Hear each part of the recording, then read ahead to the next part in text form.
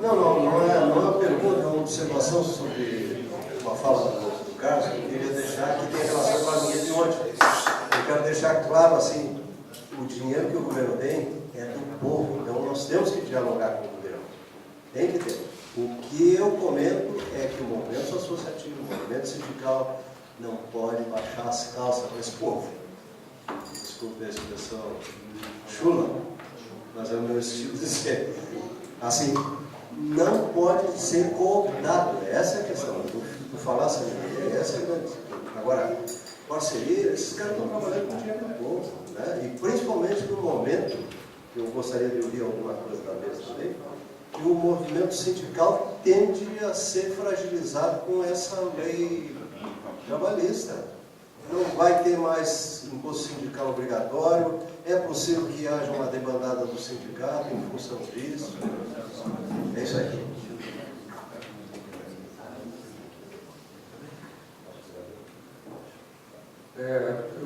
Na verdade, mais do que perguntas, eu queria fazer apenas alguns comentários, sobretudo nas apresentações do Edgar.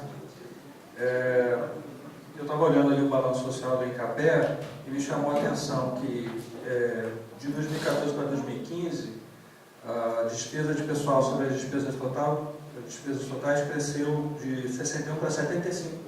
Não sei, e apesar do número de servidores ter caído de 809 para 745. Então, esse é um indicador preocupante. Eu acho que o CAPE tem que tomar cuidado com isso, porque isso pode acabar engessando o trabalho de campo se não houver uma reversão dessa perspectiva de alocação de orçamento dentro dos institutos. Forjado, é um indicador mentiroso, forjado, sabe? Bom, eu estou só fiz as contas em cima do balanço, né? Se o balanço não está reproduzindo a realidade, mas enfim. Quando você fez o comentário sobre a importância, a possibilidade da atuação de técnicos especialistas também no âmbito da pública, eu não discordo disso. Na época que eu trabalhei na matéria, nós tínhamos os orientadores técnicos estaduais e os orientadores técnicos regionais que assessoravam também, ajudavam os extensionistas nos escritórios locais a resolver questões técnicas que eventualmente não estavam ao alcance, ao conhecimento dos técnicos locais.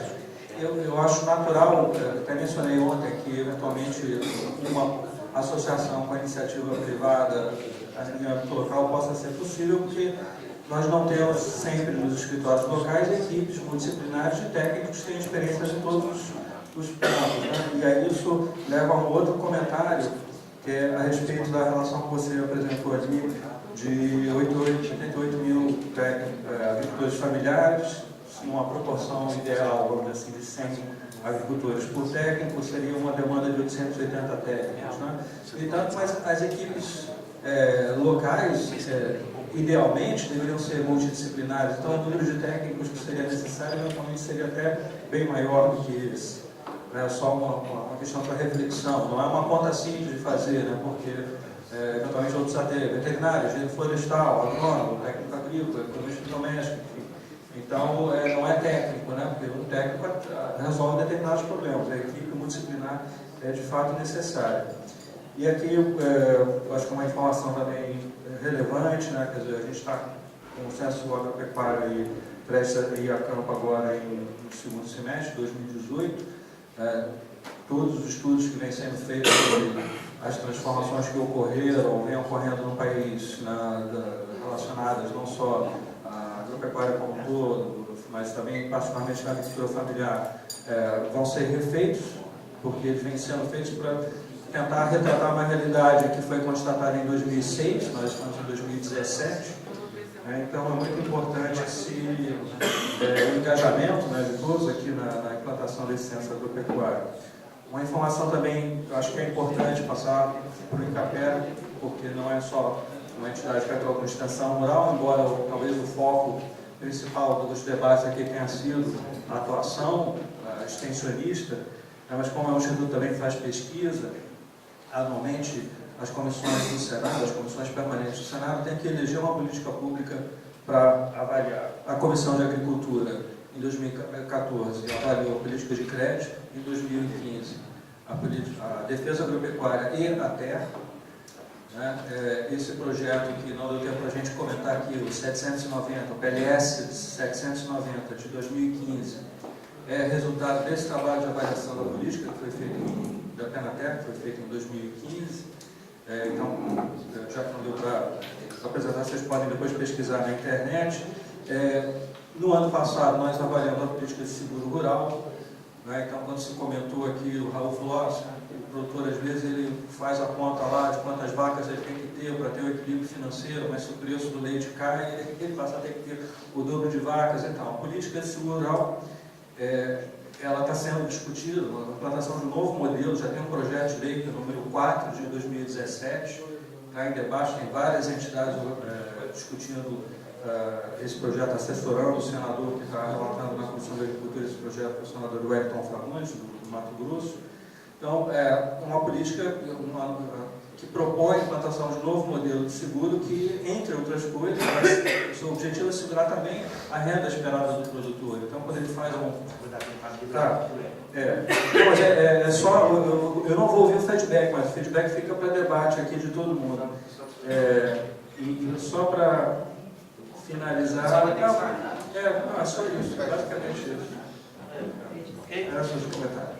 Porque eu tenho uns colegas, nós vamos sair com carros também, já direcionaram para os técnicos, nós precisamos ouvir quem está com a mesa, a web, os comentários sobre o... Ok? Ok. A gente falou rapidamente, né, essa questão que o professor levanta. Desculpa, eu completei o informe aqui, eu estava falando das pesquisas, das políticas que são avaliadas, né? Eu falei do seguro rural, entreguei o microfone e esqueci de dizer que esse ano a política que está sendo avaliada é a política de pesquisa agropecuária.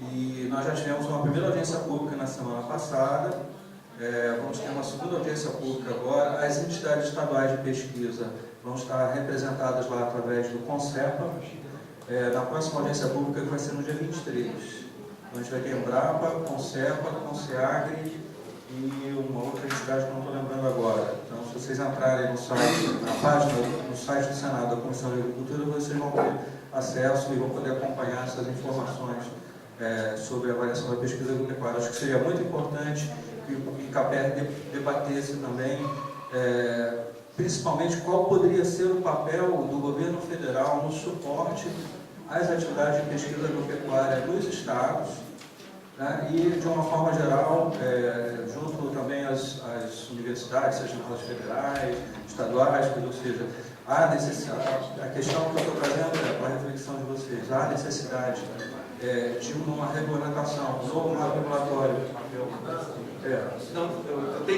Sou obrigado a fazer isso. Mas agradecer pela reflexão, senão... Essa questão da reforma trabalhista, que atinge diretamente a questão do imposto sindical. Nós já conversamos na reunião passada da Fazenda, discutimos isso, e realmente é uma preocupação muito grande. Para você ter ideia, tem alguns sindicatos que os associados, filiados, estavam com uma conversa.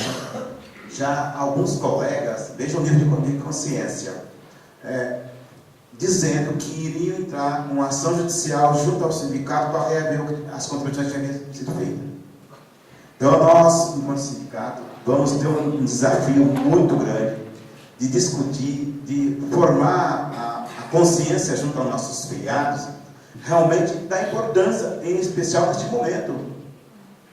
Porque se os colegas, uma hipótese, bom, agora não precisa contribuir, mas eu sou filiado, vou desfiliar porque eu não quero pagar isso. Imagina como é que nós vamos fazer um enfrentamento nessas lutas todas que teremos aí pela frente. Então nós estamos aí diante de um desafio e nós aqui, enquanto federação, estamos trabalhando junto aos sindicatos e é o papel da associação também. Tem que fazer essa discussão para desenvolver essa consciência da importância do momento e da organização. Porque em todas as falas que a gente ouvimos ontem e hoje, o que fala? O fortalecimento das nossas organizações. E se nós conseguirmos isso, aí nós estamos realmente... o nosso futuro vai justamente ter uma grande interrogação. Obrigado, professor, pela contribuição e dar mais essa chance para a gente fazer esse breve comentário. Então, sobre essa questão aí do sindicato, do sindicalismo, enfim, né? Eu acho que o processo ele é bem complexo no seguinte sentido. Nós entramos em um outro patamar da luta social e da história do nosso Brasil. Nós entramos em outro patamar. E eu acho que isso não se resolve em 2018. O Lula pode ser candidato, pode não ser, pode ganhar e não ter base de governo. Para ele ter base de governo, pode ir muito para a direita, vai romper com o povo, vai dar problema. Se ele não rompe com o povo, vai ter que romper com a turma do lado de lá, vai dar problema. Então nós entramos em um outro estágio, em um outro momento da nossa história, e isso vai se estender por um período.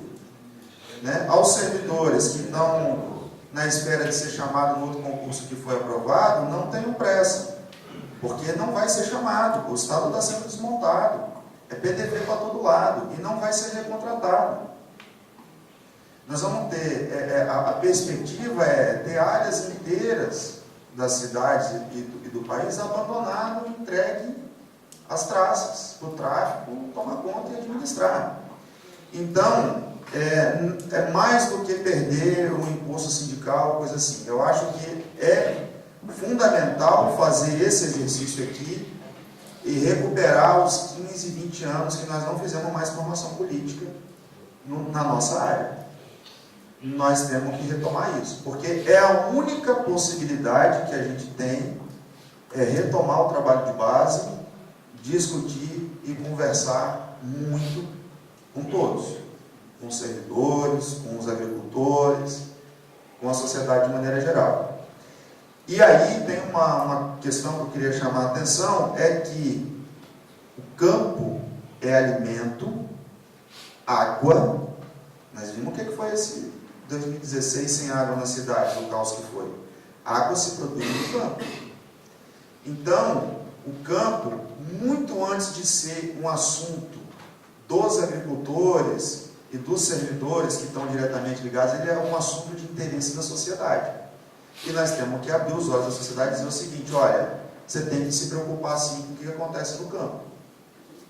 Então, o assunto do campo, do modelo de desenvolvimento do campo, ele tem que sair dos círculos nossos.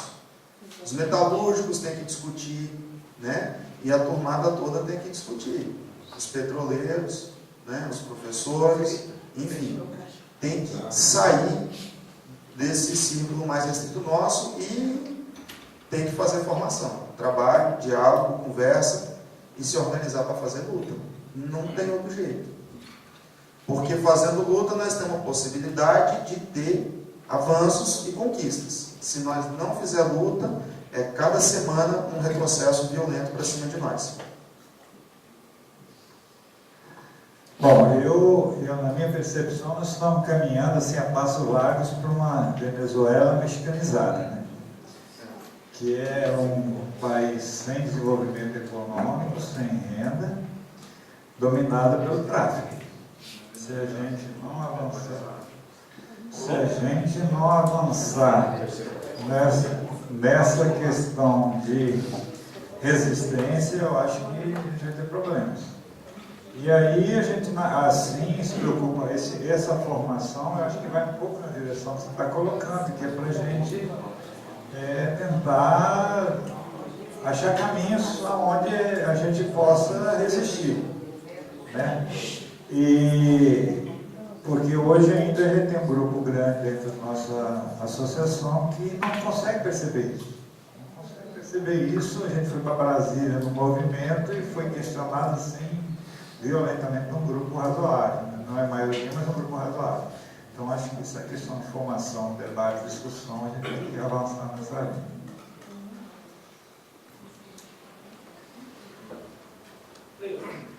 Deixa eu fazer uma pergunta rapidinha, por causa da série de informação que eu recebi. Eu não sei. Só fazer aqui, só para. Posso. Rapidinho, tanto Carlos quanto para Marcos.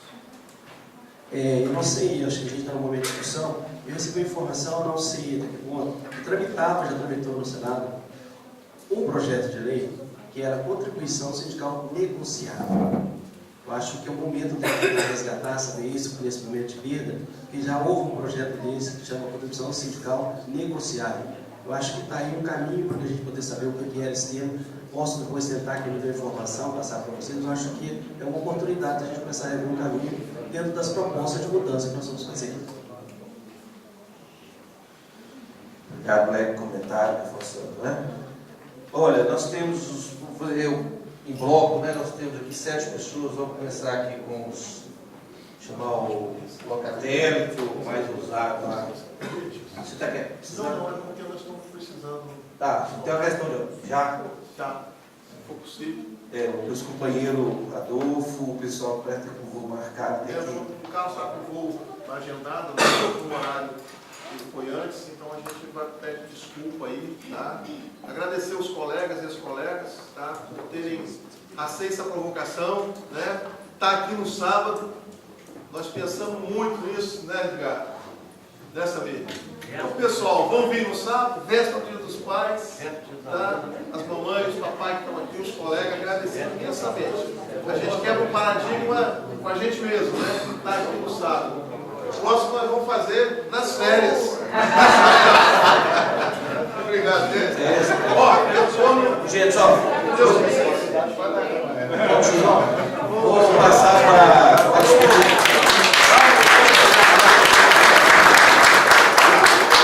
Carlos, um recadinho para a gente. Velho na próxima. Pessoal, infelizmente, a questão de voo daqui para Foz do Iguaçu é um tanto complicada. E por um horário que a gente conseguiu de regresso, ou seria só depois das 22 horas. Ficaria um pouco complicado para mim, quando eu faço de Foz do Iguaçu em casa, mais 150 km de ônibus, 3 horas. Então fica um pouco complicado, mas eu quero então pedir desculpa por isso, né? Mas mais uma vez dar o parabéns para vocês, que realmente esse seminário nos provocou, nos chacoalhou, nos tirou da zona de conforto, e esse é o papel desses eventos, realmente é nos tirar da zona de conforto. E vocês foram muito felizes, né, na escolha dos colaboradores aqui como palestrante, e gostei muito da fala de todos, mas o Raul, ele deu uma cutucada interessante, podia ter enfiado a faca um pouco mais, né? É disso que nós precisamos ouvir os nossos clientes, né? E isso é salutar, isso faz com que nós crescemos e que nós fortalecemos as parcerias, as alianças. A gente sabe o que eles pensam, senão a gente fica com essa questão pensando. Então, parabéns, Raul, foi interessante, e conte conosco, né? Nós também, enquanto federação que tem assim, uma ação nacional com todos os estados praticamente do país, vamos estar inclusive replicando alguma coisa sua e provocando os nossos companheiros. Então, mais uma vez, deixo aqui o nosso abraço e, como vocês sabem, a FASER está à disposição de vocês. Se for preciso vir aqui no Espírito Santo para tratar de qualquer questão, nós viremos. Nós fomos a Rondônia, fomos ali em Sergipe, temos que ir no Rio, né? Então nos levante. Nós temos dificuldades financeiras, principalmente, mas nós temos de tudo para estar apoiando as filiadas, que é o nosso papel. Então, mais uma vez, muito obrigado, parabéns para a organização, e desculpa aqui os colegas da mesa, que eu vou ter que deixar vocês, senão vou chegar em casa no Dia dos Pais à noite.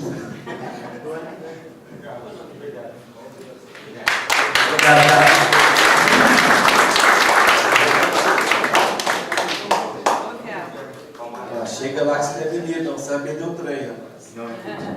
E aí a FASER não paga, eu tenho que pagar. A lei é essa. Qualquer diretor que perdeu o avião, paga do bolso.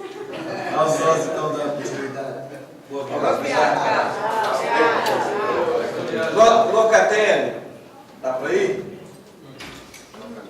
Você já rápido, sim, tem bastante dinheiro, hein? Rápido como o Samir, 20 minutos para contextualizar. Não, é o seguinte, só um pequeno ontem, logo que eu cheguei aqui, mais tarde, fiquei sabendo que o filho estava internado, então não estava tão bem. Mas agora, depois da fala do Raul, a gente está bem revigorado. O meu professor de filosofia, ele iniciou a aula inaugural dizendo: a função do mestre é fazer que o discípulo o supere. E parece que eu preciso voltar para a academia para conseguir acompanhar o meu ex-aluno Raul. Que bom, que bom. Por isso que eu volto revigorado. Então, só dizer o seguinte, eu ouvi o Raul dizendo que às vezes ele saía da aula. E como mestre que veio da matriz pedagogia da alternância, assim como o Fábio, que aqui também se encontra, né? E tem essa matriz da pedagogia da alternância, a gente, quando fui trabalhar na escola de São Bento, a convite do pai do Raul, né? Pastor com todas as letras em maiúsculo, é assim que eu me referi, sempre refiro ao pastor Vitório Krause, e que uma mãe também muito atuante, que não recebia salário, não recebia pelo trabalho que ela realizava, mas que fazia com uma intensidade assim, que a gente não vê presente nas mulheres, né, na maioria das mulheres no dia a dia. Por isso eu tenho uma admiração muito grande, né, pelo pai e mãe do Raul. Então só a gente, eu e o pai dele, a gente era da CPT, da Pastoral, né, da Terra, durante um bom tempo, e ele participava já, Raul com 6 anos de idade, que eu lembro que eu conheci, participando intensamente das atividades. Quando o professor falou, vamos estimular, né, quem sabe ele continua nisso. Que bom. Então, fechando a Raul dizer, nós fomos para uma amostra científica na UFES e o Raul foi um aluno selecionado para ir. O nosso trabalho era sobre análise de solo, uma maletinha desse tamanhozinho pequena. Aí quando o Raul estava apresentando o trabalho, junto com as outras colegas, chegou um professor que era avaliador do trabalho, da qual nós somos campeão, né, Raul? Na época, né, entre mais de 200 trabalhos escritos, o nosso foi campeão, na UFES em 98, né, Raul? Outubro de 98. Aí o professor foi testar o Raul, ele achou assim que o menino, né, foi testar o Raul. Aí depois quando o Raul terminou de fazer a amostra, chegou para o professor e falou, professor, é o seguinte, se você tiver uns 3 alqueires dessa terra para me vender, eu não tenho dinheiro não, eu dou um jeito de arrumar para comprar. Porque essa terra, a matéria orgânica dela é 3.000 vezes maior do que a média de tudo que a gente já testou até hoje. Aí o professor falou, não, eu é que estava testando você. Essa amostra eu fui lá na UFES, lá no final, no mangue, e peguei, quer dizer, era matéria orgânica pura. Eu lembro disso até hoje, eu comentei com ele aqui, a gente sempre estimulou, né, que fizesse, e Raul, simbolicamente, tira o chapéu, meus parabéns, muito orgulhoso de você. Seu comentário. Tá bom, é um testemunho, né, professor? Ai, se eu tivesse professor como Locatelli. Talvez eu tinha virado uma aluna. Daniel. Cadê o poder? Por favor, seja rápido. É difícil. Depois de algumas colocações aqui, está difícil, precisava ficar debatendo mais essas questões, porque se a gente tem estratégia de estabelecer qualquer fórum, discussão nas instituições, a gente tem que pontuar os nossos conceitos. Os conceitos são muito importantes, né? Quando terminou o termo, o conceito de agricultura familiar, começou a definir algumas políticas públicas que foi muito importante para esse grupo, né? Mas a precisa determinar o conceito agricultura familiar, 80 hectares aqui na região de Linhares, trabalhar com a família, esses elementos foram importantes. Então, ou seja, o conceito não é uma brincadeira, né? O conceito é determinante da política, é determinante da nossa ação, da nossa diretriz, né? Mas também cai naquele problema, né? Que eu não sei se o Raul percebe, né? E evidentemente que percebe, né? É a moldura. A agricultura familiar assim, camponesa assim, e quando a gente tenta encaixar, não encaixa. Esse é um problema, né? Aí cai na discussão, por exemplo, do agronegócio, né? Uma vez, quando a gente estava pesquisando o que é o agronegócio, um dos técnicos, e é a percepção geral nossa, dos técnicos é que agronegócio é um negocinho, a agricultura da agricultura familiar, né? É uma deturpação, para a BAC, que é a Associação Brasileira de Agronegócio, agronegócio é uma coisa muito mais ampla, é uma cadeia onde estão relacionados os agricultores, a pesquisas, as revendas, a indústria, a EBAPA, é uma relação intensa, na qual nós estamos encaixados nela, e inclusive os agricultores. Né? Os agricultores estão no fim da cadeia do processo do agronegócio, e na qual a maioria dos agricultores familiares está entrelaçada ao agronegócio, principalmente aqui no Espírito Santo. E a luta, então, no meu entender, principalmente na agroecologia, e na sexta-feira, o nosso amigo lá, aquela figura que hoje representando a agroecologia, colocada pelo secretário da Agricultura, como é que é o nome da figura? O Marcos Magalhães. Nós técnicos do INCAPER, e o INCAPER, ele tem um papel de deturpar os conceitos criados pelos movimentos sociais. E ele ontem teve disparado de criar o business agroecológico. Falou isso na palestra. Business, não chamava agroecológico, business da agroecologia. Olha só como é que a gente do INCAPER e do Estado fagocita o conceito criado e o deturpa da maneira mais vil possível, né? E não é à toa que os movimentos sociais ficam assim, ó. Não, é igual do INCAPER, é igual do Estado, é um trem perigoso. A gente entende isso.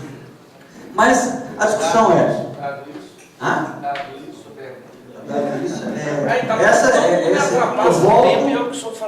Volta ao termo do conceito de agricultura familiar, essa dificuldade de colocar as culturas.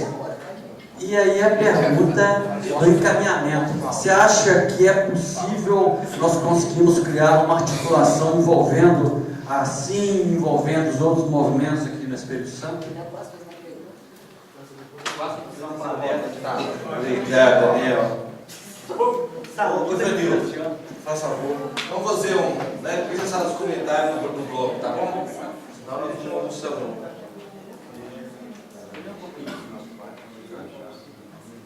Eu até com vergonha de falar desses camaradas aí. Mas é pelo tempo, eu vou falar pouco. O Raul, quando ele disse que o INCAPER tem alguns servidores que estão alinhados com o Estado, é verdade, Raul. Só que também a gente tem muitos produtores também que estão nesse mesmo sofrimento que alguns de nós técnicos, e também estão alinhados com o Estado. Então, assim, a mensagem que eu deixo é o seguinte: a gente tem que juntar os bons, quem pensa mais ou menos igual, independente da entidade, e lutar por um objetivo comum, que a gente acredita, não é isso? E eu queria deixar também uma pergunta para o Edgar. Fazer uma pergunta para o Edgar, como a gente pode resolver uma questão que, na minha opinião particular, a gente não resolveu até hoje, quando a gente juntou a pesquisa com a extensão. Na minha opinião, ainda a gente não juntou. Para mim, a pesquisa está lá, a extensão está aqui. Está bem longe, na verdade. Na prática, eu queria ter, assim, você de repente for responder, é assim, assim, mas na prática, como você pode dizer, por exemplo, a gente poderia colocar um pesquisador uma semana no escritório para ele ver como funciona a extensão, ou vice-versa. Na prática, como a gente poderia resolver esse impasse e realmente juntar a pesquisa com a extensão? Obrigado. Vou chamar mais uma pessoa aqui. Eu já vou virar o falador, que aí nós trabalhamos com Samir.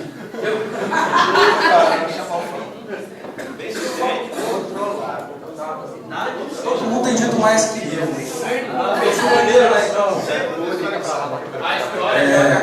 Primeira pergunta minha, você vê um objetivo direto ao aluno. Você acredita na educação como processo transformador? A pergunta é essa. Então, portanto, você acredita que depende do aluno, não do professor?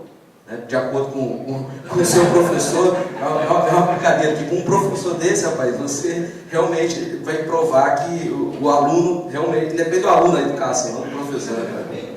Brincando, Tony. Edgar, agora conversando sério, você pensa em como trabalhar, você ou a nova diretoria, enfim, como você vai fazer esse processo de transformação, de continuidade, enfim, de transição, para a gente trabalhar dois pontos importantes. Concurso, no INCAPER, perfil, né? Porque tem coisas que você colocou ali que eu penso que é um pouco tanto quanto diferente se pensar em extensão rural, né? Precisamos do agrônomo, do técnico, obviamente, mas a multidisciplinaridade, a interdisciplinaridade, a transdisciplinaridade é fundamental, né? Então tem muita coisa a discutir. Então eu quero entender como vai se dar esse processo, a gente, né, construir isso junto. Um outro ponto é sobre a Lei Estadual de Terra, né? Se você tem conhecimento que essa lei foi nos podada no último minuto do segundo tempo, porque teve, não sei se você teve conhecimento disso, quando ela foi constituída foi através de dois, assim em Incapé, mas não como ela está aí. Ela veio do Incapé, fizeram um evento com 35 colegas representando assim, 35 colegas representando assim, 35 colegas representando Incapé. Nós mudamos essa lei de cabo a rabo. De cabo a rabo. Chegou na hora, a lei foi aprovada como o governo queria. E a gente só participou, não sei se você lembra que você estava nesse processo.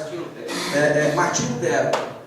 Então, assim, essa história tem que ser contada, porque a gente ficou igual um cachorro louco querendo pegar os deputados, aquela grade lá, e os caras aprovando uma lei que nos chamaram, que a gente falou, isso não tá bom, troca isso, bota aquilo, não sei o que, blá blá blá, e na hora os caras assim participou, só que tudo que a gente falou, eles botaram o que eles queriam, o contrário. Então, esse processo é importante, você ter essa... Raul, agora a pergunta é séria para ti. Estou vendo que você acredita ainda no Estado, apesar do Estado não ter, não responder justamente quem acredita de fato precisa dele, né? Não responde, o Estado não responde realmente, né? Responde a outra proposta, né? Do capital, como você bem colocou. Você acredita nessa mudança diante do cenário possível, futuro da extensão rural, da extensão estar junto com vocês nesse processo? Você de fato acredita nisso? Você está aqui hoje, então a princípio sim, mas na leitura sua, é possível essa transformação? Porque a gente precisa mudar muita coisa para acontecer isso justamente que você colocou e ali que o Vanito falou, juntar nessa luta.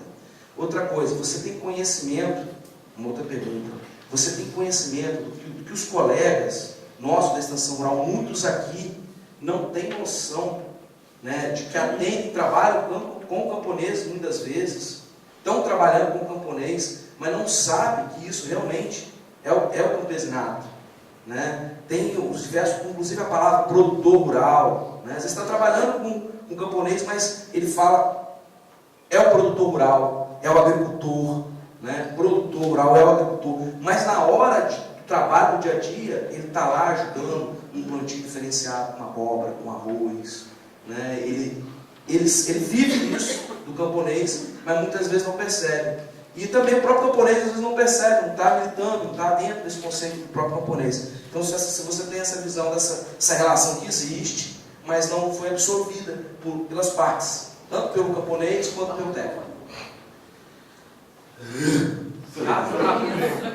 É o que ele consegue, não tem jeito. Tá bom, Samir, mas valeu a reflexão. Acho que já temos material para falar bastante aqui. Vamos inverter? Edgar, que você está sintetizando a comentário de meia hora. Quanto tempo você tem para falar? Vanildo, essa integração da pesquisa com a terra não é fácil, né? Eu acho que já existe, desde outras épocas, essa separação, né? Desde logo após a formação, desde quando eu entrei no Incapé, sempre existiu um diferencial. E a gente está com um problema mais sério, no sentido de a pesquisa está ligada ao Ministério da Agricultura e a extensão está ligada ao Ministério do Desenvolvimento Agrário, agora a Secretaria Especial. E as informações que vêm de cima de Brasília nacionais são informações, uma dirigida ao agronegócio e outra dirigida à agricultura familiar. E chega aqui no Estado, essas duas coisas elas dificultam mais o processo de integração. Eu acho que no Espírito Santo, na minha opinião, a gente tem que trabalhar tanto a pesquisa como a extensão centrada no desenvolvimento da agricultura familiar. Eu acho que a pesquisa ela pode ampliar um pouco o campo. Pode ampliar um pouco o campo. Porque eu acho que também a gente tem um fator econômico que está em jogo e que a agricultura tem uma renda. Então, eu acho que a pesquisa a gente podia ampliar um pouquinho. Só que a prioridade tem que começar a se resolver os problemas da agricultura familiar e depois se ampliar um pouco mais, né? Se você não resolver os problemas da agricultura familiar, se tem pouco recurso, é só para a agricultura familiar. Na hora que você resolver a agricultura familiar, avança talvez um pouquinho mais na pesquisa, porque é mais caro e talvez até as outras atividades, o produto um pouco maior precisaria dessa atividade de pesquisa. Então, em função disso, eu acho que a gente deveria trabalhar para construir vamos dizer, as questões as demandas de pesquisa, os projetos de pesquisa, eles deviam nascer a partir dos debates com os agricultores, com as comunidades, com as associações, com os sindicatos. E aí o pesquisador e o técnico junto. Eu ia falar, esqueci de falar durante a minha fala aí, é que a mestra até que me passou, que foi feito um tal de um levantamento pelos extensionistas das demandas de pesquisa, depois foi feito umas reuniões entre pesquisa e extensão para levantar o que vai ser pesquisado. Mas pelo que eu estou sabendo, nem o agricultor foi ouvido nesse processo. Eu acho que está pobre demais esse processo, está pobre demais. Então, a gente teria que fazer uma coisa mais articulada com os agricultores, com as associações, junto aos técnicos da pesquisa e da extensão.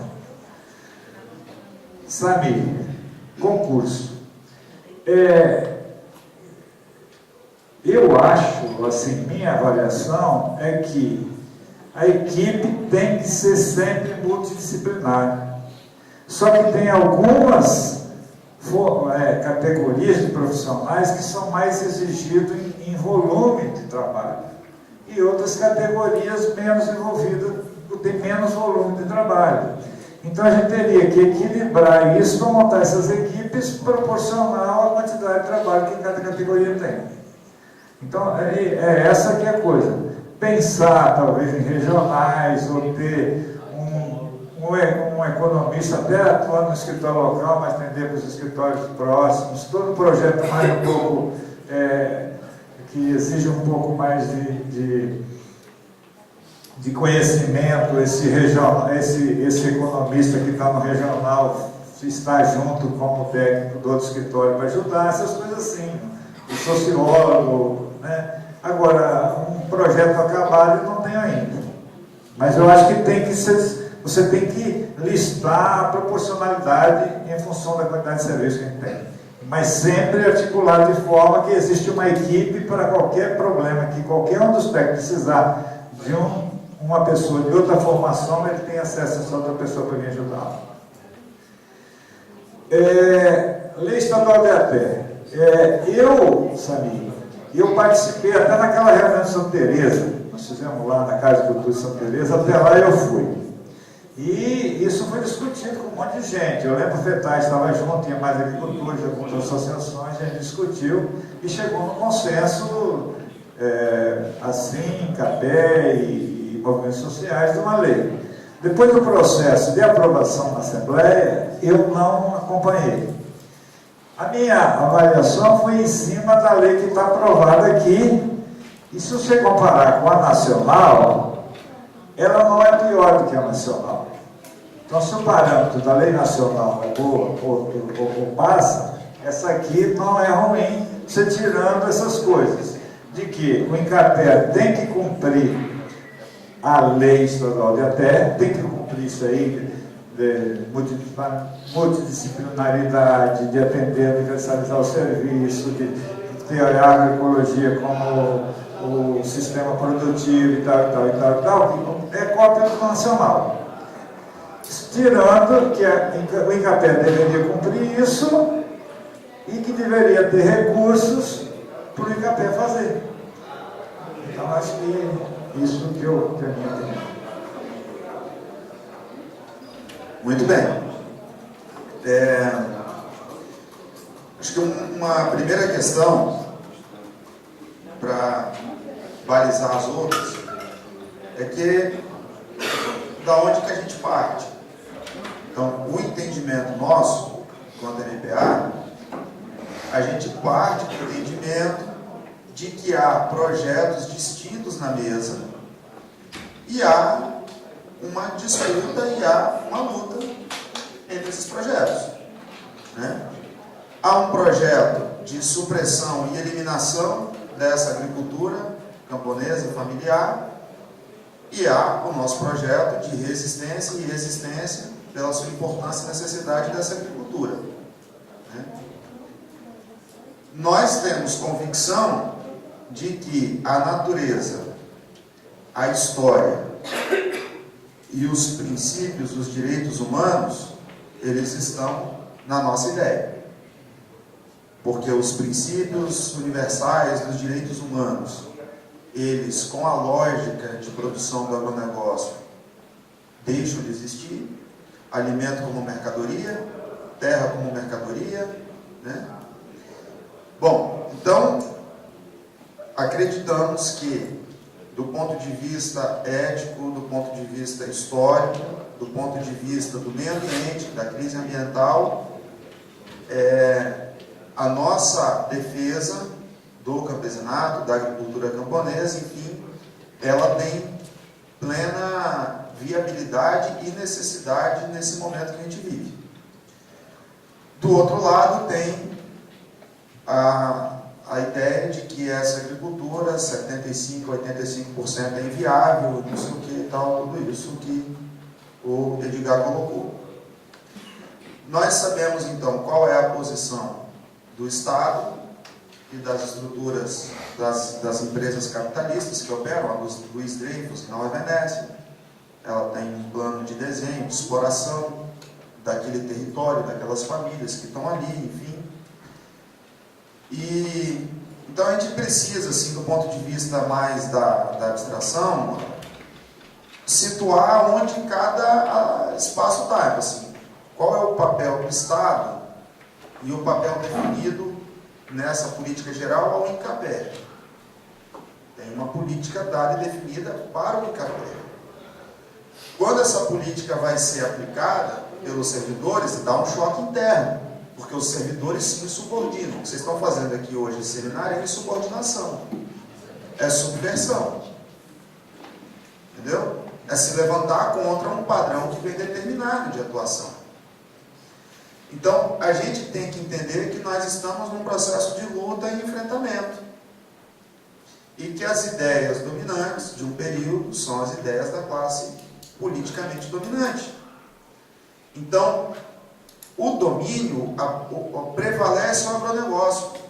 Então, o agronegócio prevalece no PT, prevalece no meio dos agricultores, prevalece na cabeça dos extensionistas, né? E qual é o jeito de alterar essa prevalência, vamos dizer assim? É fazendo formação, debate, discussão, crítica, análise. Tem que perguntar, meu amigo, você está convencido de que esse é o melhor modelo de produção? Você dorme bem de noite? Você tem tempo para brincar com seus filhos? Seu filho quer ser agricultor igual a você ou ele não quer qualquer outra coisa na vida, menos repetir a sua vida? Porque isso são os indicadores reais. A sua terra, todos os anos, ela está melhor ou pior? O tipo de mato, ele vai ficando um mato mais mole ou ele vai ficando um mato mais espinhoso, típico de terra árida? Você está tendo um pedaço desertificado ou não? A capacidade de produção de matéria seca da sua pastagem é menor ou maior? Quer dizer, então, tem que ir fazendo esse trabalho de diálogo, também com os técnicos. Então, nós temos que entender que nós estamos numa sociedade que existe luta de classes. Desde a queda do leste, ficou o tema proibido, né? Não existe uma luta de classe, é o fim da história, não é liberalismo, não sei o que e tal. A conjuntura vai trazendo de volta as coisas para a mesa, e a gente vai tendo que tirar a poeira dos velhos temas e dizer, existe luta de classe, sim. E nós, nessa luta de classes, temos uma posição, consciente ou inconsciente. Mas nós temos uma posição, nós temos que saber onde nós estamos. Dito isso, aí vem a discussão dessa articulação. Essa articulação, um fórum, uma coisa assim, eu acho que mais do que possível é necessário. Nós temos que fazer. E, se possível, nós temos que trazer para esse fórum, inclusive, algumas representações de associações de moradores da Grande Vitória, que é o povo que está comendo veneno, que está morrendo de câncer. Nós temos que trazer esse pessoal junto com o fórum. Agora, esse fórum, ele tem que ser subversivo. Ele tem que ser para fazer a luta de classe. E aí ele só vai funcionar se todo mundo que estiver ali tiver com clareza do que nós estamos querendo com esse fórum. Então nós temos que começar ele, na primeira reunião, é o seguinte: qual é o cenário que se desenha no Espírito Santo? Agravamento da seca, desertificação, não sei o que, papapá. Qual é a agricultura para dar conta disso? Qual é a pesquisa para dar conta disso? Como é que a gente visualiza o campo daqui a 50 anos no Espírito Santo? A partir desse desenho de longo prazo, a gente consegue limpar a área e ver quem é quem. A gente tem que saber com quem a gente está conversando, né? E a partir disso, traçar as estratégias. Aí nós temos escolas famílias. Eu estudei na Escola Família de São Bento do Chapéu e Vinhático. Nós temos mais de 2.000 estudantes nas escolas famílias. É isso aí. Então você tem as escolas famílias, tem os movimentos sociais, a Igreja Luterana com os projetos que ela fez, projeto Deses, projeto Denis, projeto Vandu. Tem coisa aí, tem agricultor que até hoje trabalha com adubação verde, enfim. Então nós temos que botar isso na mesa e fazer sim esse processo de articulação. Sobre essa questão dos conceitos, eu acho que uma coisa é um conceito que se constrói do ponto de vista mais abstrato, no plano das ideias, e não dá para transpor pura e simplesmente para a realidade concreta, porque a realidade concreta é muito diversa, onde o sol nasce e o sol se põe e determina algumas questões de como o agricultor organiza a propriedade dele, né? Então, quando você vai para o mundo concreto, de aí tem as pessoas que trabalham fora do estabelecimento, que são assalariados, a mulher que faz faxina, e não sei o quê, e não sei o quê. Então, cada família é uma família. Então, não dá para transpor conceitualmente. Agora, os conceitos têm que ser balizas, têm que ser orientações para nós, né? E aí, claro, do ponto de vista da política pública, você tem que ter um marco, né? E um corte, que é o que a lei da agricultura familiar faz. Só ainda com relação ao conceito da agricultura familiar, da forma como veio nos anos 90, e o que virou isso hoje, a gente pode dizer que nós fizemos dos limões uma limonada. Veio como algo extremamente perigoso para nós, e nós conseguimos transformar em ações afirmativas do sujeito camponês, transformamos numa série de coisas positivas. Então, acho que aí nós soubemos fazer do limão uma limonada, né? Mas as ideias do agronegocinho seguem existindo. Aí, uma vez que a gente tem consciência de que nós estamos num processo de luta de classes, aí nós temos que fazer a luta. E a luta passa pela formação, passa pelas articulações, passa pela troca de informações e conhecimentos, passa pela conspiração no território, lá no município, mapear quem é quem no município, quem opera, enfim, você tem lá um escritório, você tem diferentes cabeças, então tem que ver quem é quem são as organizações que atuam naquele município, com quem dá para contar, né, se dá para contar com a instituição A, B ou C, e aí é caráter conspirativo mesmo. Não tem o que fazer, né? Você não faz na luz do dia no Conselho Municipal de Desenvolvimento Rural. Você tem que conspirar antes e vai para a mesa do Conselho, a proposta do prefeito, que vem amarrado de cima para baixo, e o negócio que foi articulado antes. Não tem jeito, né? Então, e aí eu acredito nisso, no processo de luta. Não tem, se eu não acreditar nisso, eu vou acreditar no quê? Eu vou acreditar no quê? que eu tenho que fazer um curso de petróleo e gás e tentar passar no concurso da Petrobras, eu vou acreditar no quê? Eu não tenho no que acreditar. Eu e mais os 40 milhões que moram no campo, e dependendo de como que o IBGE faz a pesquisa, dependendo dos critérios que utilizar, são 70 milhões, né? Do que considera como rural ou urbano, enfim, né? Mais uma coisinha, se o Lena me permitir. Não, mas tem mais 3 perguntas. Tá, não, só uma coisinha. Nós estamos fazendo um esforço no MPA, um trabalho de formiguinha, né? Da gente resgatar aquela escola de agricultura da Alemanha do fim do século XIX, uma biomineralização a partir de pó de rocha, biofertilizantes, adubação verde e sementes crioulas, né? Nós estamos fazendo um arranjo, trabalhando essas 5 questões combinadas, juntos, simultaneamente: adubação verde, né? Cobertura orgânica, semente crioula, pó de rocha, biofertilizante e, se precisar, algum biocontrolador, né? Estamos tentando fazer esse exercício, né? E o Fabiano está aí, veio junto, está ele e o Anélio, o Douglas, os 3 estão trabalhando com umas 150 famílias e fazendo algumas experiências, e temos tido resultado muito satisfatório. Se nós conseguirmos juntar isso com alguns pesquisadores que se dispõem no sábado, no domingo, de passar algumas informações, de nos ajudar no melhoramento das sementes e tal, né?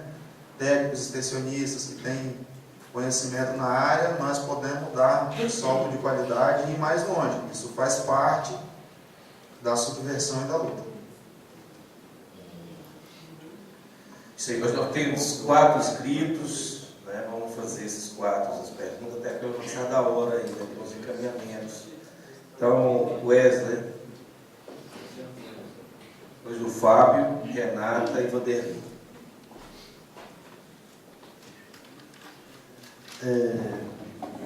Assim, seria uma contribuição, no primeiro momento, a fala do Edgar, né?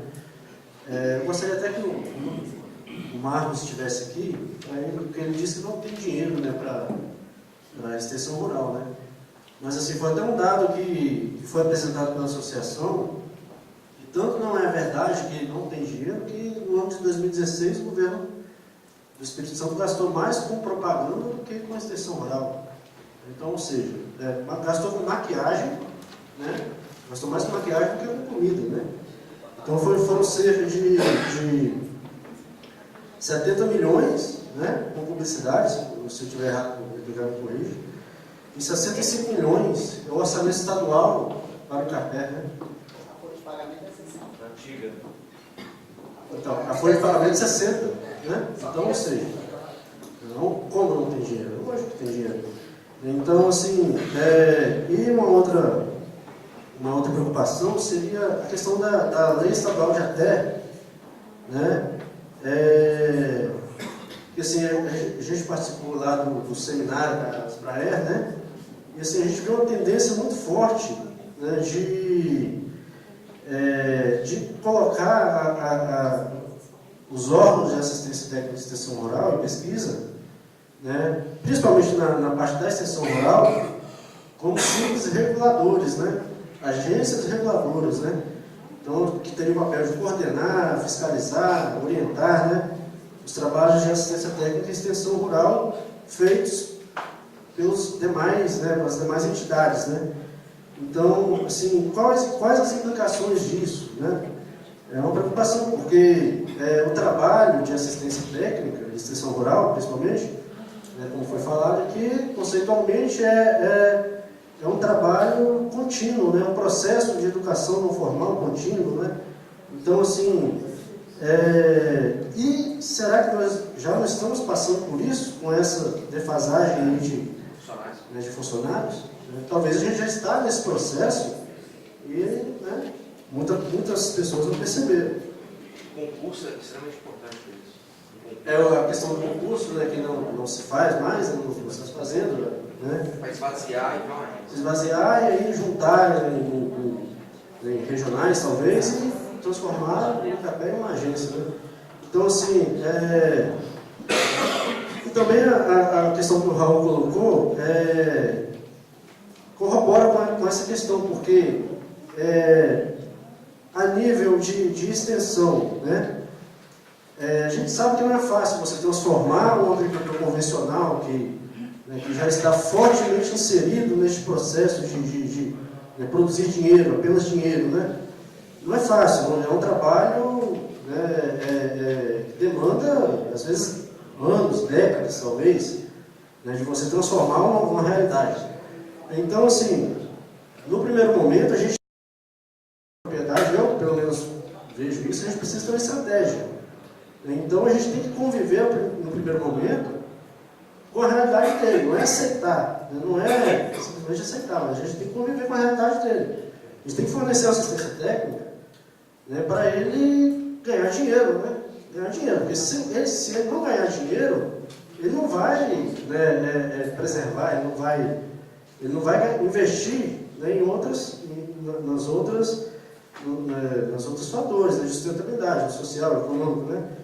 Então, assim, aí a gente vê assim, que tem uma pergunta para o Raul, assim, não seria essa estratégia, a gente fornecer uma assistência, infiltrar, né, na realidade dele, para depois modificar, né? E aí introduzindo uma cultura intercalar, e melhorando o solo, ocupação orgânica e tal, né?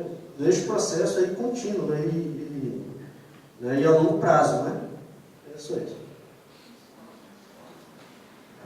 O Fábio, tá bom? Tá aí? Tá não? Doido para não ter? Agora vai pro... Não, esquece o vereador. O Edgar comentou sobre o processo de plano estratégico e foi um sofrimento aquilo. Porque assim, mas eu não vou receber carapuça que a gente foi lá para validar uma coisa pelo seguinte: se vocês pegarem a missão do Incapé hoje, vai promover soluções tecnológicas sociais por meio de ações integradas de pesquisa, ciência e extensão rural, visando o desenvolvimento do Espírito Santo. Isso aqui nós gastamos 3 dias de uma porrada, porque sumiu daqui a agricultura familiar. Se vocês lembram, a missão anterior do Incapé tinha agricultura familiar. Mas a importância da gente estar participando daquele processo é que a gente foi buscar em outros modelos e achou que poderia inserir, que não estava previsto pela Fundação, foco de atuação dentro da missão. E aí apareceu lá, primeiro, agricultura familiar, depois sustentabilidade, empreendedorismo, organização social e regionalização. Que a gente brigou que fosse territorialização, mas não conseguimos chegar. Então, assim, deu margem aqui para a gente poder, pelo menos, puxar alguma coisa, né? Porque de fato sumiu a agricultura familiar, a missão. E se você pegar lá e aí pensando já no trabalho da assim, dos valores, eu vou pegar o último que ficou aqui, dos valores, participação e gestão democrática. Está no planejamento estratégico do Incapé. E se está lá, tem um pouco dessa briga que a gente tomou porrada lá, mas era poucos, mas brigou, né? Fez barulho e atrapalhou. E ao atrapalhar, eles tiveram que negociar.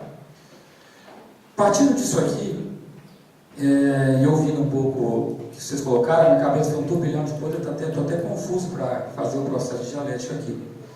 Mas, de fato, existe um descompasso entre o que é hegemônico dominante e que o Incapé se propõe, e que alguns textos que têm uma bagagem de escola-família, de outros movimentos que estão dentro, a PTA, né?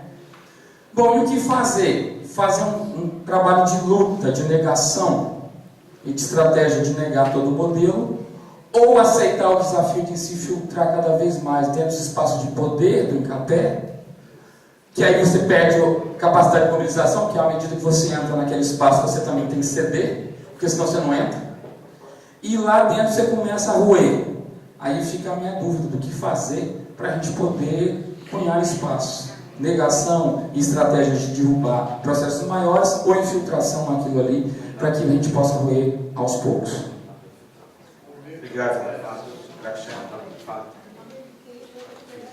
Renata.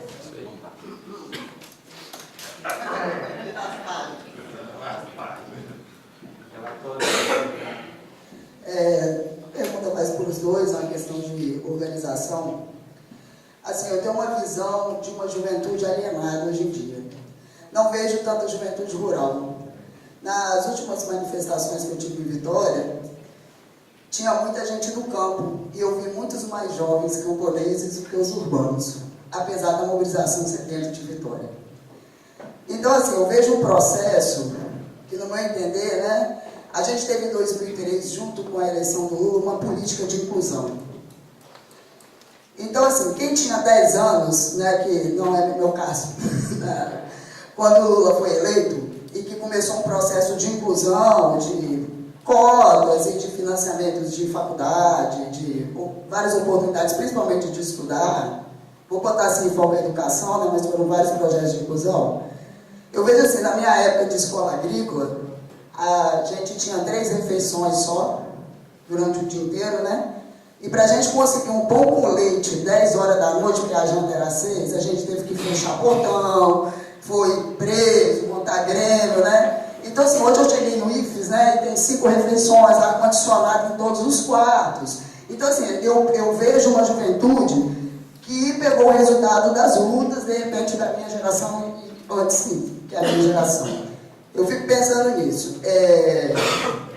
E isso aí, por exemplo, eu vi pessoas, né, querendo o impeachment, e não só o impeachment, mas assim, que acham que foi bom, né, o golpe, que estudaram com bolsas de 100%, né, financiada. Eu tive filhos de amigo meu que estão na faculdade de Direito, com 100% de bolsa, né, agora já não sei como vai ser daqui para frente. Então, assim, eu fico preocupado, é uma questão de mobilização dessa juventude para a gente conseguir fazer uma luta de classe. Porque eu vejo que é aquilo que o Raul falou no começo, que não tem, ele falou dentro da palestra dele, é uma luta de classe, mas assim, como a gente vai organizar? A gente pegou nos processos de formação política. Né? Eu vejo isso da juventude. Outra coisa, uma juventude que conversa pouco. Né? Os caras estão dentro da mesma sala conversando pelo WhatsApp. Numa mesa, né? Tem uma aqui, outra aqui, eles estão falando, mas eles estão falando no WhatsApp. Então, assim, eu acho que pouco diálogo também. Né? E isso me preocupa. Então, a pergunta é como trabalhar essa juventude, principalmente a urbana, que, assim, eu fui uma jovem urbana, mas estou no meio rural já há bastante tempo por opção. E como a gente conseguiria trabalhar essas pessoas, né, para a gente conseguir formar uma base, porque eu vejo na juventude a grande base de luta. Um jovem que não é rebelde, ele não é jovem. A rebeldia, ela já vem da juventude, é natural da juventude, né?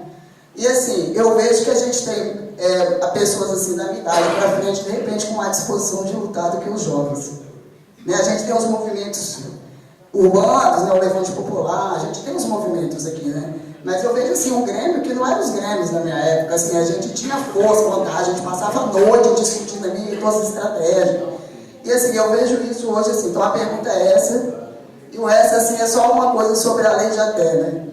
Assim, eu não vou aceitar, né, uma lei de até estadual que vai me tornar um burocrata. Se eu quisesse virar um burocrata, eu teria estudado e feito outra coisa. Porque o que a lei de até é a gente virar um burocrata para gerir esses processos e como que vai ser feitas as chamadas públicas e perder aquilo que a gente tem de mais forte, de mais sagrado, que dá mais prazer no trabalho. Né, principalmente na extensão rural, apesar de eu trabalhar na unidade de pesquisa como é agroecológica, uma pesquisa participativa, é o contato com o agricultor. Essa lei de até, a gente vai perder o contato com o agricultor e vai perder a nossa força de luta. Porque a gente tem uma força de luta com a sociedade dos agricultores, porque a gente está com eles no dia a dia. A partir do momento que a gente não estiver com eles no dia a dia, a gente vai perder essa relação. Então, em relação à lei de até, que assim, para avisar para os camponeses que eu, com vários colegas, nós não vamos aceitar, e nós estamos dispostos para bater de frente. Tá? E a pergunta é essa, é a questão da juventude, principalmente urbana, e como que vai organizar isso sem ter uma base política. Ele engraxar com meia hora de ser. Vanderlei, a gente com o Vanderlei não vai encerrar as inscrições avançadas da hora, o pessoal da mesa fazer uma sigla final aí das pernas. Pessoal, Raul, Tigar, o Espírito Santo é um estado costeiro e há cerca de 40 anos começou aqui a extensão pesqueira. também.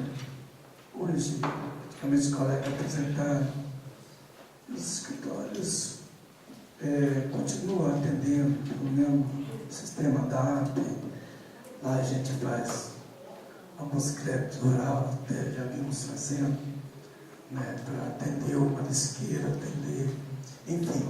Tem uma classe aí que está ficando, de repente, poderia, Edgar, sendo trabalhada, já que nós, que estamos lá na costa do estado, os pensionistas, nós estamos atendendo esse público que foi nos deixado, entendeu? Então, para fortalecer esse movimento aí, quem sabe a gente não dá atenção, são 11 colônias, né? Tem colônia como a lá de Itapemirim, na Thaís, tem 5.000 associados, entendeu? Então tem muita gente aí que poderia, e que está com a gente, poderia estar somando aí, né? Já que foram abandonados aí ao léu, criou-se o Ministério da Pesca, mas ficou para trás também, como acabou o MDAI, que acabou mesmo.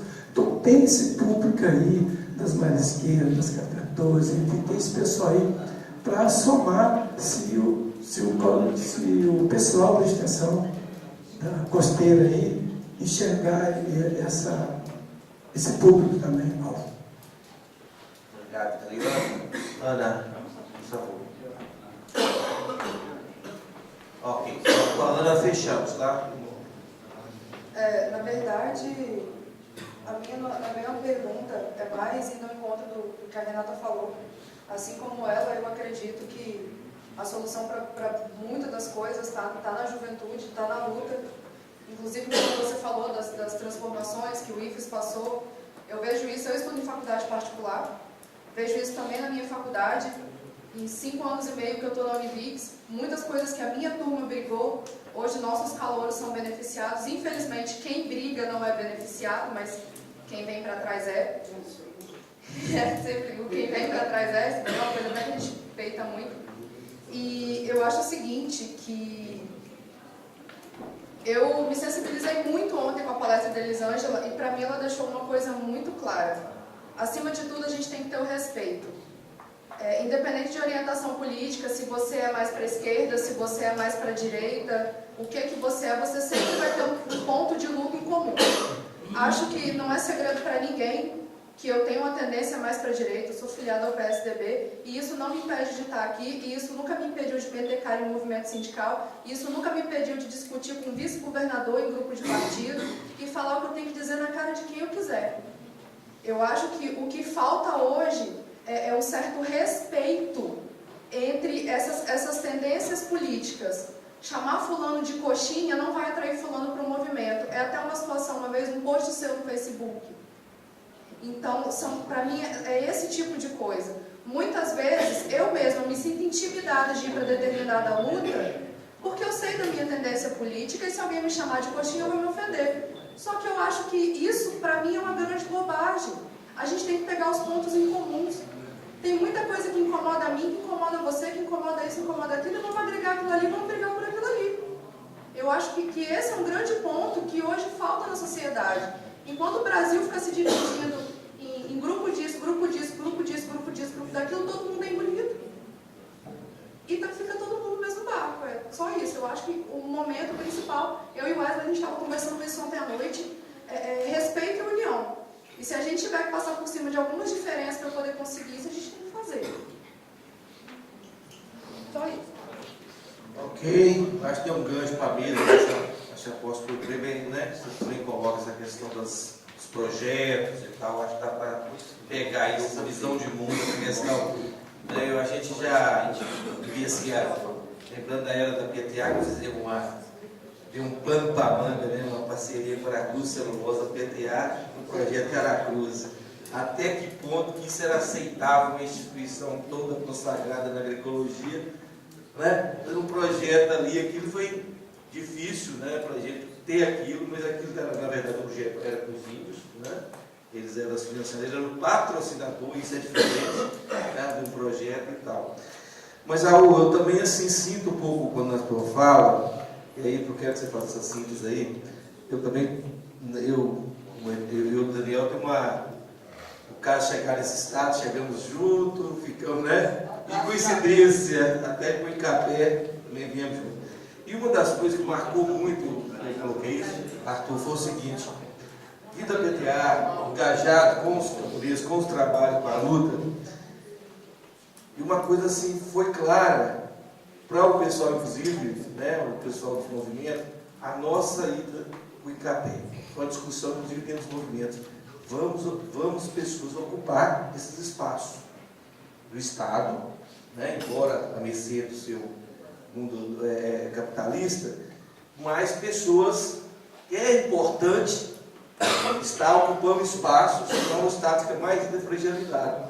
E aí você coloca um Estado ao qual eu tenho dificuldade eu consigo enxergar um governo, né, que tem uma tendência, um modelo ao capital, né, mas o papel enquanto Estado de contribuir com a sociedade na prestação de serviço, inclusive devido à sua arrecadação alta, né, seus impostos, transformar nisso. A minha lógica e concepção é tudo isso que você retrata devido ao próprio história e o que a gente crê, né? Então, assim, pela agroecologia, pela inclusão social, pelo protagonismo dos camponeses, né? E assim, eu até aprendi que essa questão de conotação ontem, que foi muito bem colocada a questão de demarcar território. Acho legal as diferenças, né? E eu sempre, também trabalhei com essas diferenças, ainda era pior. O agricultor era chamado lá no passado de lavrador, né? Aquela expressão de que é aquele que esgota o máximo do solo, né? Lavrador vem de lavra, para esgotar. Então, o produtor, como o Daniel colocou, também é como se fosse uma máquina, né? Está ali só para aquilo. Eu acho que aquele pequeno, e a concepção de agricultor, e aí extrapola, né? E tal. E para mim o camponês é aquele que tem mais essa identidade histórica com a terra, né? Ele tem mais, né, do que isso. Assim, foi dada essa nomenclatura agricultura familiar e tal, com uma definição de políticas públicas e tal. Bom, mas esse é o meu sentimento, né? Meu sentimento de poder ajudar e acreditar no Estado que tem um papel fundamental na agricultura, que é com aqueles que não têm condição. É aqueles que menos preparados, aqueles que estão nas margens do desenvolvimento, aqueles que a agricultura familiar. Eu nunca vim preparar para trabalhar para alguém, né, de outro patamar. E numa lógica que a gente acredita que uma convivência com o meio ambiente, então essa lógica trazendo alguns conhecimentos ecológicos. Bom, uma síntese para a gente das falas, né? E vou por quem? Edgar primeiro. Vamos ver, né? Bom,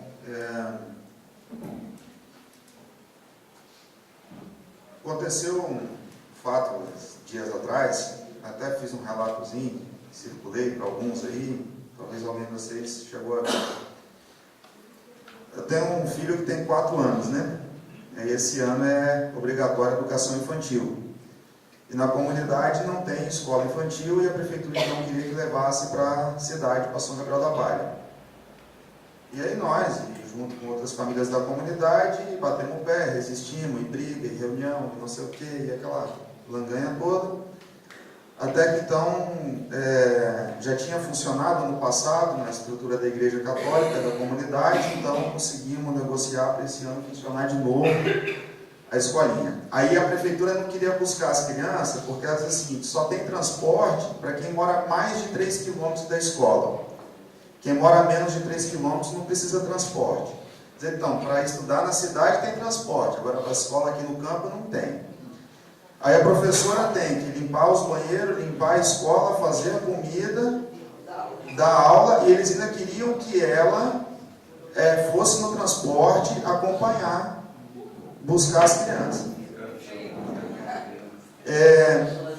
Ela não tem chamex, cópia, para produzir material, ela faz em casa, com o dinheiro dela.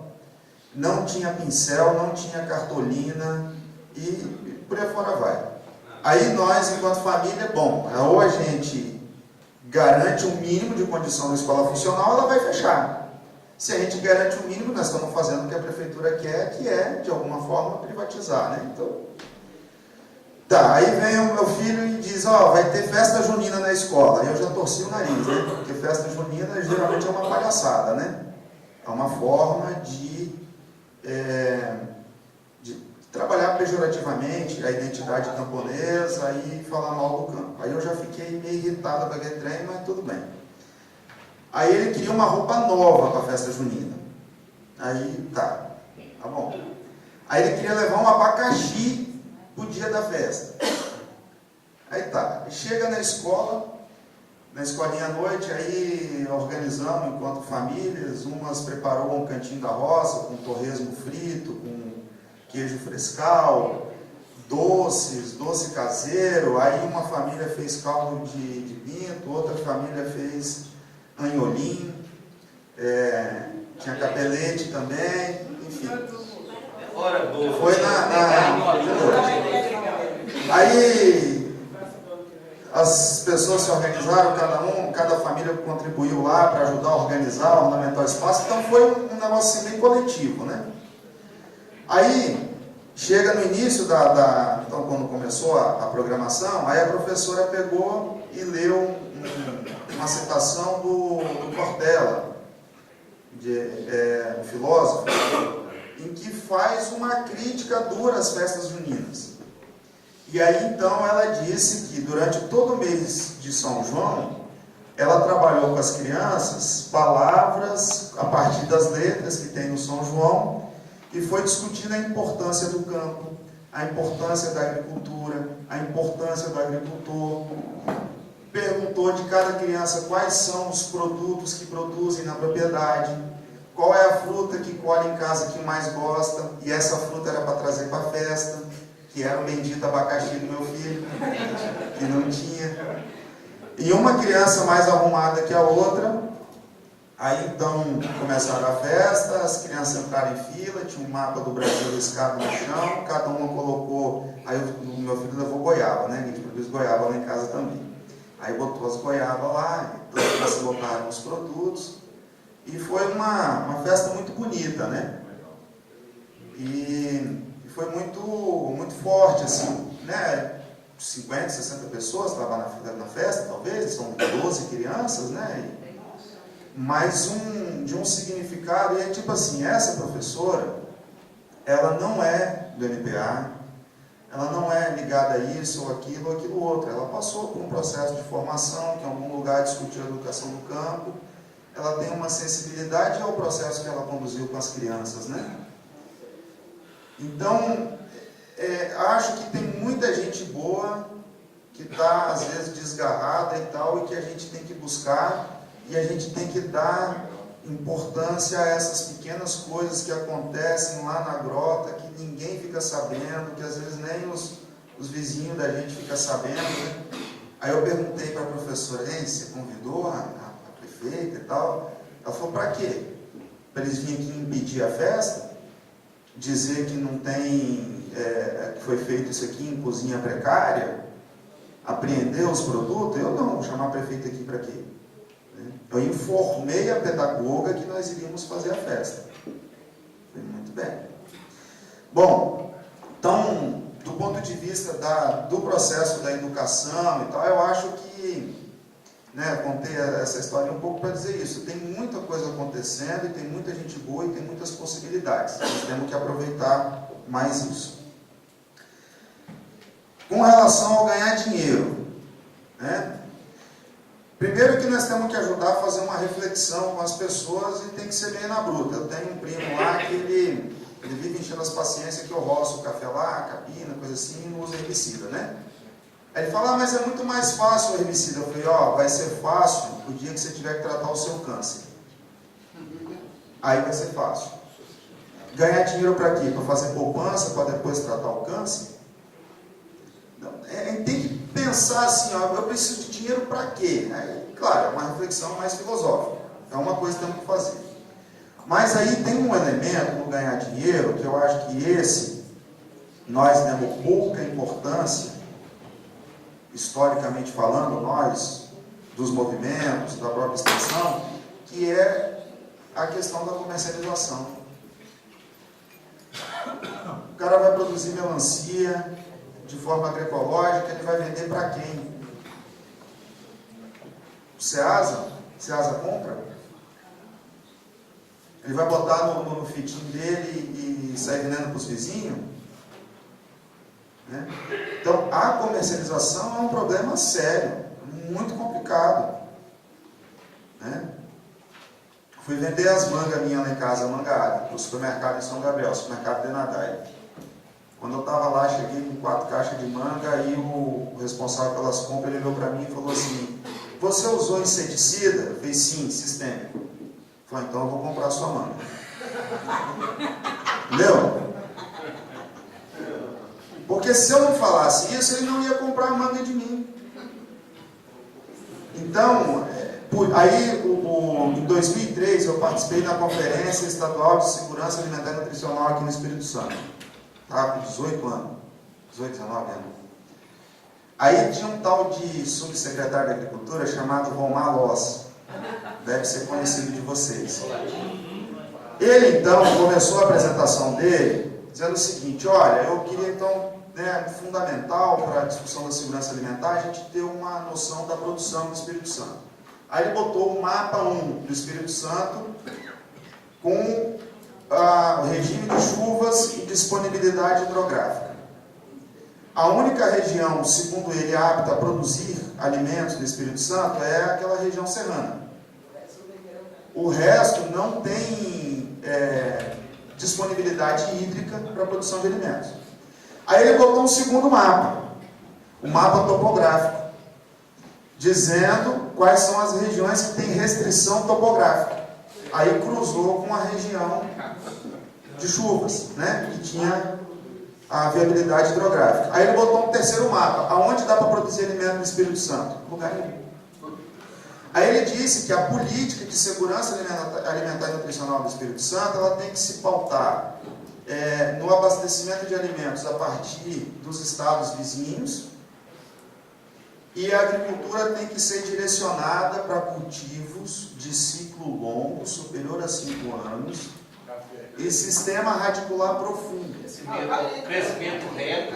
Aí quando abriu para as inscrições, eu fui o primeiro a levantar lá e eu disse: ó, Romar, eu não sou broca, não sou cupim, e eu quero comer feijão e arroz. E aí o pessoal já aplaudiu e reagiu, não sei o quê. Aí quando ele foi retornar a fala dele, ele veio numa agressão pessoal muito forte em relação a mim. Aí tumultuou lá na plenária, começou a mandar ele baixar a bola, e, enfim, foi uma confusão. Aí veio o PA, 10 milhões de reais chegou a ser contratado no Espírito Santo. Nós fizemos um PA em São Gabriel da Palha, o último que nós fizemos foi 800 mil reais. Em torno de 700 toneladas. 700 mil quilos de alimento. Só no município de São Gabriel.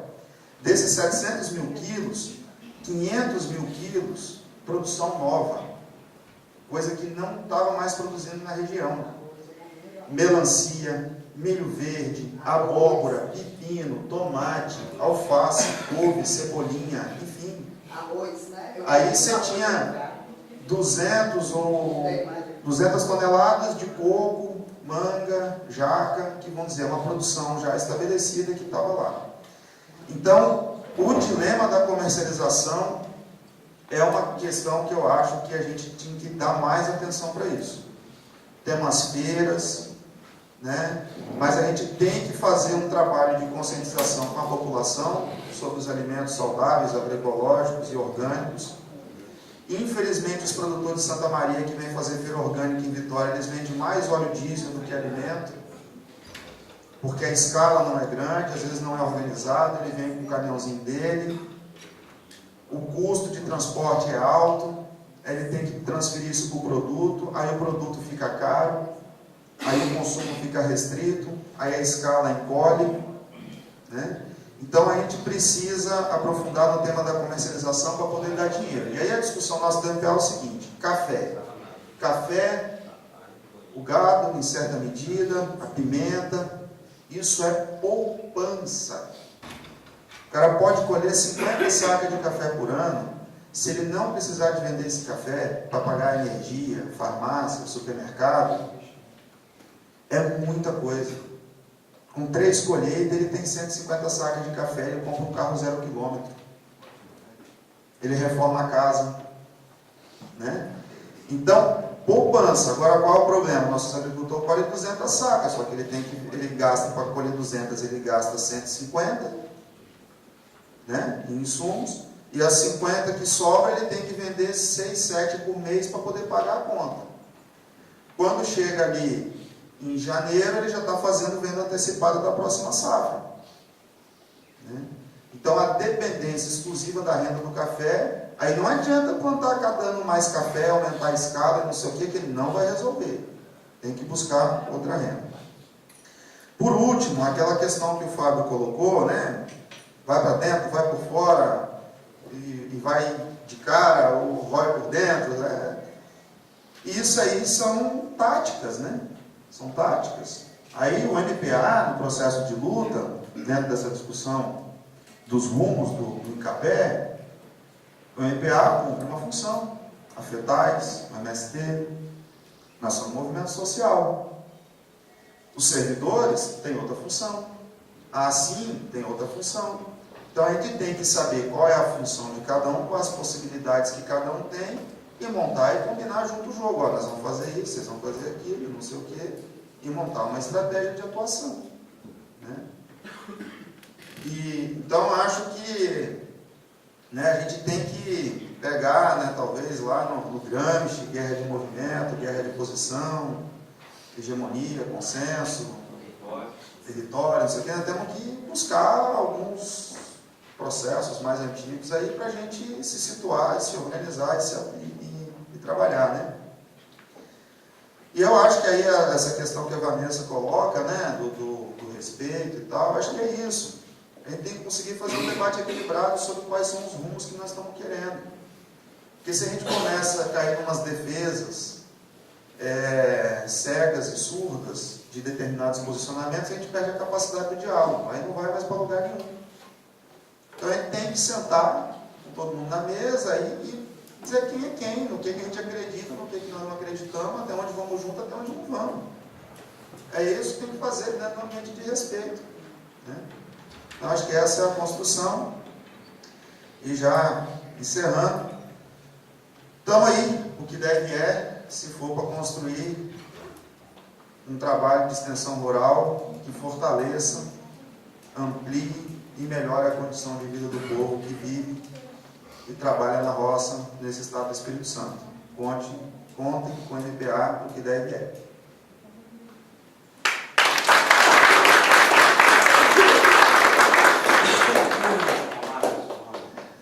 Bom, respondendo a colocação aí do Wesley, o orçamento do INCAPé é 69 milhões esse ano,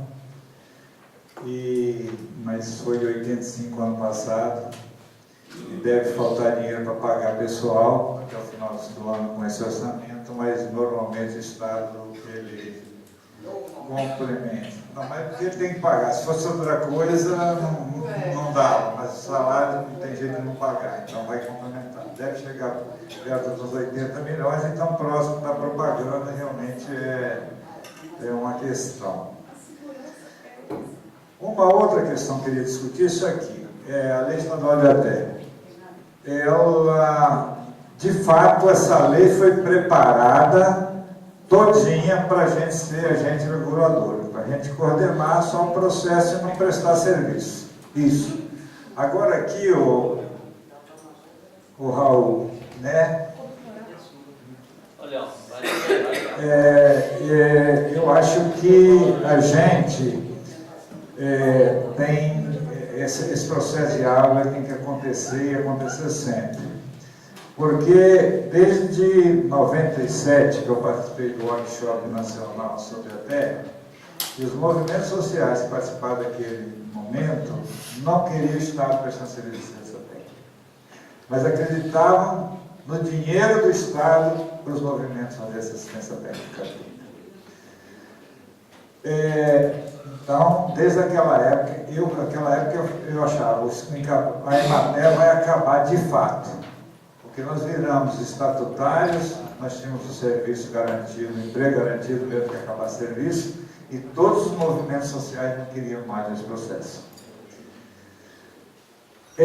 E essa lei teve um pouco de resquício disso, porque foi feito um acordo, mas muita gente, algumas pessoas do movimento social, que talvez tivesse até mais força junto ao Estado, também queriam uma assistência técnica não estatal. Queriam assistência técnica pública, mas não estatal.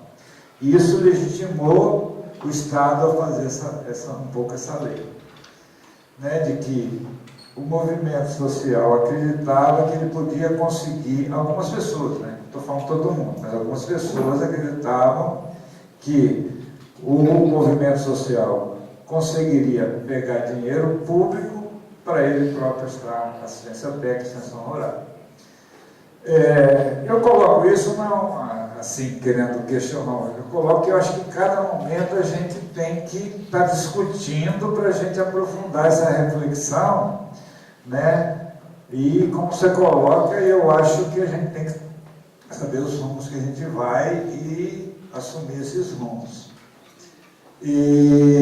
Então um pouco isso, que de fato o movimento social não acreditava no serviço público e acreditava no Estado mais como Estado do que em nós como Icabé.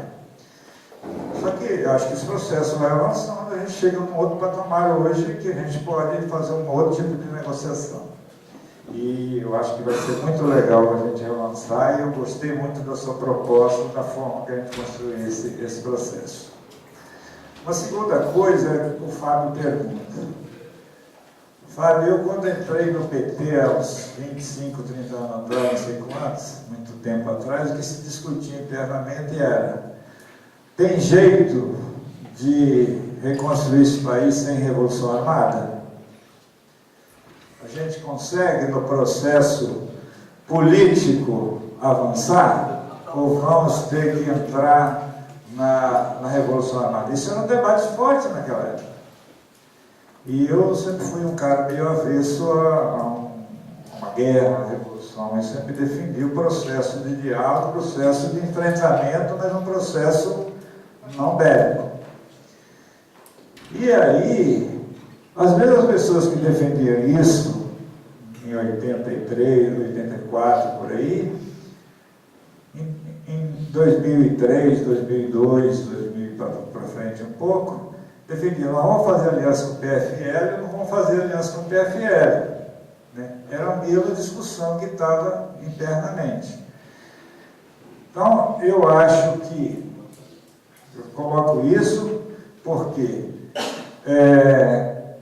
eu acho que cada momento histórico é um momento, e nesse momento, até que tiver um mínimo de abertura, eu acho que a gente tem que entrar no processo, discutindo, ocupando espaço e fazendo pressão, mas dentro do processo democrático.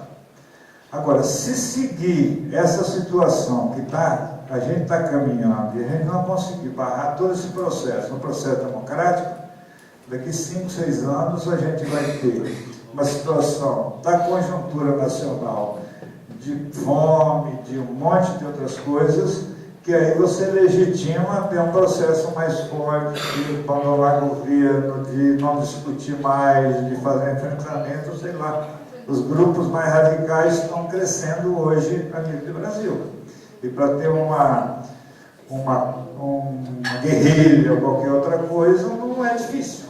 Se a condição do povo, ela fica uma condição de fome, de miséria.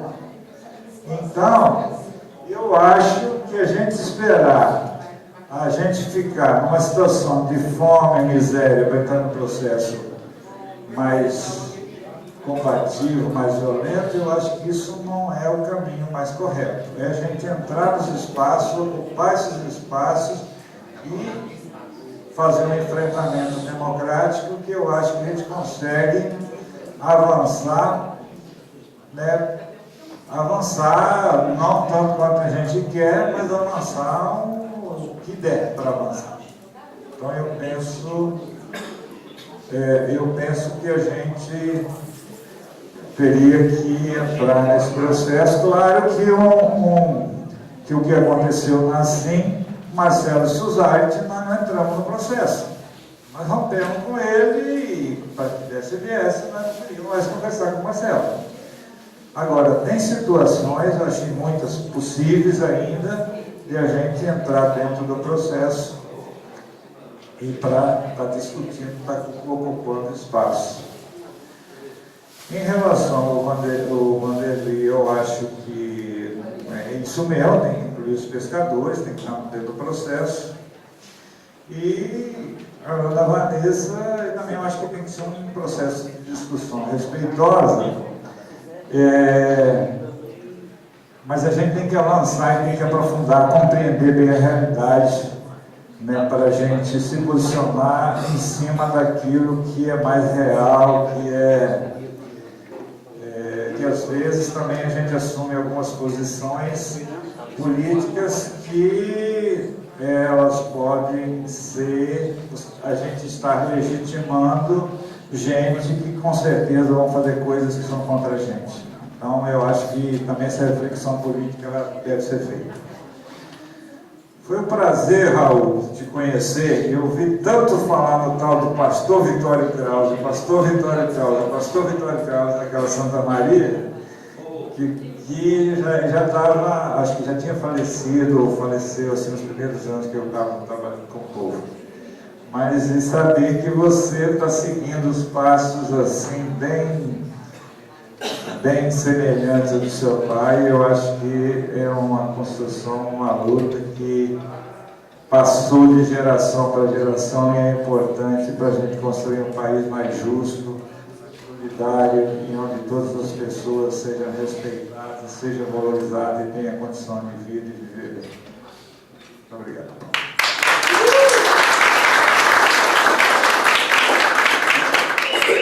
Só duas coisinhas aqui que o Edgar provocou. Acho que tem um problema que a gente procura soluções fáceis, né, para questões complexas. Uma questão complexa é como que você sustenta o movimento social. Como é que o movimento social se mantém economicamente? Como que o MPA consegue levantar recursos para se manter? E aí uma solução fácil vamos pegar o recurso público na forma de para poder manter o trabalho do movimento. E é possível que lá atrás, lá em 97, né, o NPA nem estava naqueles espaços, naquele momento, estava iniciando a atuação, é possível que essa tenha sido uma solução, ou uma coisa visualizada pelas organizações e que, na minha opinião, é um equívoco, né? Acho que é equivocado. Agora, tem algumas questões específicas, alguns processos que os movimentos sociais teriam condições de fazer pela sua dinâmica e por não ter as amarras institucionais que os órgãos oficiais têm, que a gente poderia conseguir dar passos, né? Então você pega a discussão do campesino a campesino, né? O CAC. Fazer alguns laboratórios, fazer algumas ações experimentais é muito mais fácil num movimento social do que via a instituição, né? Então acho que assim, há questões específicas, processos específicos, né? E que está fora das amarras, que precisa ter sim o suporte do recurso público, né? Você tem um acúmulo que a PTA teve, fez e faz, precisa ter o suporte do recurso público, né? Há um conjunto de experiências que tem. Então eu acho que existe, vamos dizer assim, esse termo da complementariedade, né, muito batido, mas tem necessidade e papéis para ambos, né? Agora, acreditar que o movimento social vai substituir o órgão estatal responsável pela assistência técnica, aí é problema. que aí os dirigentes nossos que estão fazendo política vai ter que coordenar a equipe. Aí o tempo que nós poderíamos ter para estar fazendo formação política com a juventude é um tempo que vai estar deslocado para ir lá e fazer as 2 visitas, a reunião, não sei o que, de acordo com a chamada. Então, nós decidimos em alguns estados da MPA não participar das chamadas públicas de ATE. Nós decidimos que nós não vamos participar. Nós vamos buscar recursos para alguns projetos específicos e que ali dentro vai ter o processo de ATE, mas talvez não vai nem ter esse nome para poder viabilizar de acontecer. E uma coisa que eu esqueci de falar antes para a Renata, e aí eu queria rapidinho colocar, nós estamos terminando hoje um curso com 40 jovens, está sendo lá em São Mateus. Inclusive eu quero chegar lá para hoje à noite, para o encerramento. Nós estamos trabalhando um curso de teatro do oprimido, com a turma do Augusto Bola. E as técnicas de agitação e propaganda que foram trabalhadas também na Revolução Russa. Porque a gente acredita que se nós conseguirmos formar alguns grupos de comunicação popular, de teatro, de intervenções e tal, a gente vai conseguir ampliar a nossa capacidade de diálogo com a sociedade. Então, ir para praças, fazer intervenções pontuais, fazer intervenção nas feiras, nos eventos, né? E aí, então, eu acho que esse é um passo que nós estamos dando enquanto MPA, né?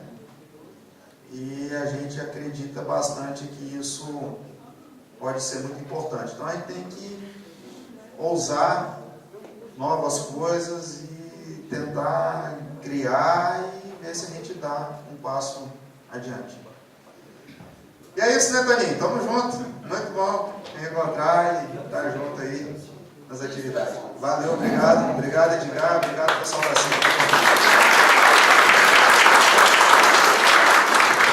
Talvez a minha fala foi um pouco, assim, não muito clara, né? Essa última fala, mas é isso, eu acho que a gente tem que ter essa coisa combinada e eu acho que o Estado tem que botar recursos onde que as instituições são do trabalho junto dos agricultores. Então isso aí eu acho que talvez, até na minha apresentação eu coloquei que trabalhar com 50% estatal e o restante para as entidades.